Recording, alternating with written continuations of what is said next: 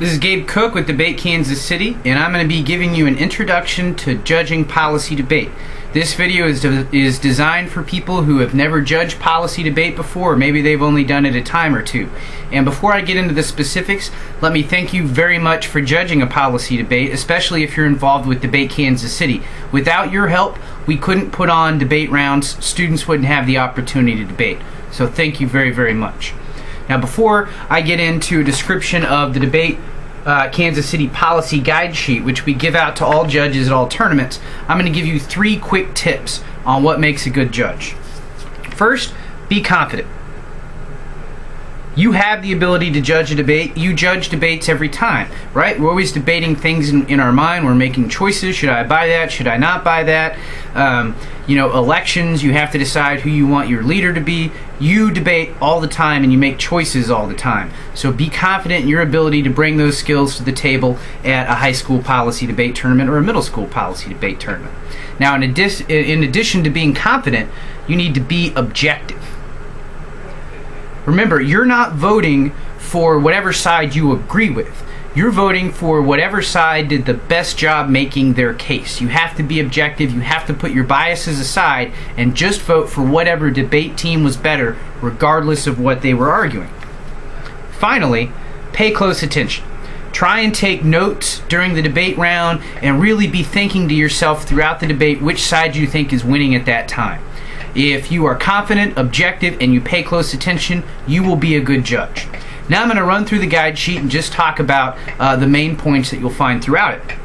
We've already done the introduction to judging, that you need to be objective. You're voting for the side that does the best job debating in the round. Now, what happens in a policy debate round? Well, you're going to have 2 teams, and when you walk in, they should be sitting in the front of the room with a table or a couple chairs, and they're going to rotate speaking. The speaking order is pre-designed. And you have a list here that gives you the speech times and the order of all the speeches that are going to happen in a debate round. You're going to have 2 teams, affirmative and negative, and they're going to rotate and go back and forth, affirmative, negative, and there's going to be some cross-examinations in between. And you're going to start off with every debater giving a constructive speech, which is 5 minutes long at a weeknight tournament and 8 minutes long at a weekend tournament. And in between those constructive speeches, there'll be cross-examinations, and then every debater will get 1 rebuttal speech, which at a weeknight tournament is 3 minutes long, at a weekend tournament is 5 minutes long. So you've got these 2 teams, the affirmative and the negative. The affirmative's job is to support the resolution. The resolution this year, and it stays the same all year, is that the United States federal government should substantially increase social services for persons living in poverty in the United States. That resolution is supposed to serve as a jumping off point from the affirmative. Then they come up with some idea based on the resolution. And they usually write something that's like a bill you would see in Congress. So with this year's topic of social services for persons living in poverty, maybe the affirmative team says, we're going to triple the amount of money the federal government spends on food stamps. And they give you a bunch of reasons why that's good, how they fix the problem of hunger, and they might make some type of moral argument about why food stamps are really good. That's the affirmative. And they could pick that food stamps argument I talked about, or they could pick any number of other ideas. The point is the resolution's a jumping off point, and then they use that to come up with a specific idea they'll support. The negative has to be ready to basically debate anything. They've got to be ready for whatever the affirmative could come up with. And they generally attack the affirmative in a number of different ways. They might argue that the affirmative's idea isn't needed because there isn't a big problem. Maybe they'll argue there isn't a big problem with lack of food in the United States now. Or maybe they'll argue that the affirmative isn't offering a productive solution. Maybe they'll argue that government bureaucracy gets in the way or the money is wasted somehow. They might also argue that the affirmative will actually do more harm than good. For example, they might say if we spend a bunch of money on social services, it will massively increase our debt. The debt will hurt our economy, and they might say that hurting the economy is a bigger harm than whatever good the affirmative team could create. So in that case, you kind of have to weigh and look at it. Does the affirmative do more harm than good? The negative team could also offer a counter plan. The affirmative says we're going to have the federal government increase social services. Maybe the negative says we think state governments should increase social services because they're better at social services for some reason. So if the negative team offers you a counter plan, you just have to decide, is the affirmative plan the way to go, or is the counter plan the way to go? Finally, they might offer what's known as a critique, where they critique something about the affirmative, either their assumptions or their discourse. For example, on this year's topic, they might say, you assume that you can fix poverty in a system of capitalism, but you can't. And they might argue that our system of capitalism is the root cause of poverty. And until we rethink our economic system, we're not going to fix the problem. It's a different approach, but I think if you listen and you're objective, then you can understand and make an informed decision at the end of the debate round. So know that the negative has a whole bunch of different approaches to attack the affirmative idea. At the end of the round, you try and figure out who did the better job debating, who made the more convincing case. Do you want to do the affirmative idea, or do you think the negative was right in either pointing out that it's not needed or that there's some better solution? During the debate round, you should try to take notes and pay as close attention as you possibly can, thinking about the key issues.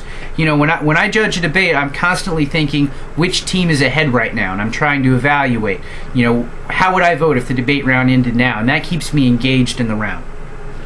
So then at the end, you pick the winner, hopefully based off of your careful considerations and being as objective as you can possibly be. Now, at the end of the debate, you have to fill out a ballot. And Debate Kansas City ballots include a bunch of information that reminds you of how to fill it out, which I'm going to run through now. You're going to put your name on the ballot, and then you're going to put in the team code of each team. And at Debate Kansas City tournaments, the team code is usually just the school and then the two debaters' last name on that team. Then you'll write down affirmative speaker, first affirmative speaker, second affirmative speaker, same with the negative side, first negative, second negative. And you can ask the debaters before the round to tell you their names to fill it in under which slot. Are you the first affirmative speaker or second affirmative, and so on. So then you get the codes in, you got the names in. Then at the end of the debate, you have to rank the debaters and give them points. You see there where it says rank and points, and I'll briefly describe those. The rank is a literal ranking of every debater in the round, 1 to 4. And you have to use each rank, and you can only use them once. So 1 is the best debater in the round, 2 the second best, 3 the third best, 4 the fourth best. That's ranks. Now you have something else called points. Points are on a 1 to 30 scale, though it's a bit misleading. Based on kind of the norms that have developed in debate, it's really a 25 to 30 scale. So even a below average debater would typically get at least a 25, maybe a 24 or 23 if they really weren't putting much effort in at all. But you kind of use 25 as even a below average debater. 26, pretty average. 27, strong, maybe slightly above average. 28, they did a pretty good job in the debate round. You would consider them a solidly above average debater. A 29 is somebody very, very good. You assume this student might be one of the best debaters at the tournament. And a 30 means that not only do you think they're probably one of the best debaters of the tournament, but they just had one of the best debate rounds that they'll have all year. A 30 should be really hard to get, and it should be when somebody just absolutely blows you away. Now, at the end of the round, you're going to make your decision. You've ranked the debaters. You've given them the points. You will circle affirmative or negative, and then you will write out the name of the winning team, and these two have to match. So I circle the affirmative, and then I write in their team code. You'll offer your signature, let us know if you have any school affiliation, and then you see this deal here. It says low point win. What is a low point win? If you give a low point win, that means that one team you thought outspoke the other team, but you're still voting for the team with the lower speaker points because there's some argument that you thought they won. So let's say that you give one team the 3 and the 4 rank, but you still give them the win. That means that you have to circle here low point win, that you're aware that even though you ranked one team as speaking better than the other, you're still giving them the victory. So you have to make that happen. At the end of the round, you're allowed to make comments if you want. And generally, I would say offer the debaters a couple things they did well and a couple things that they can improve upon.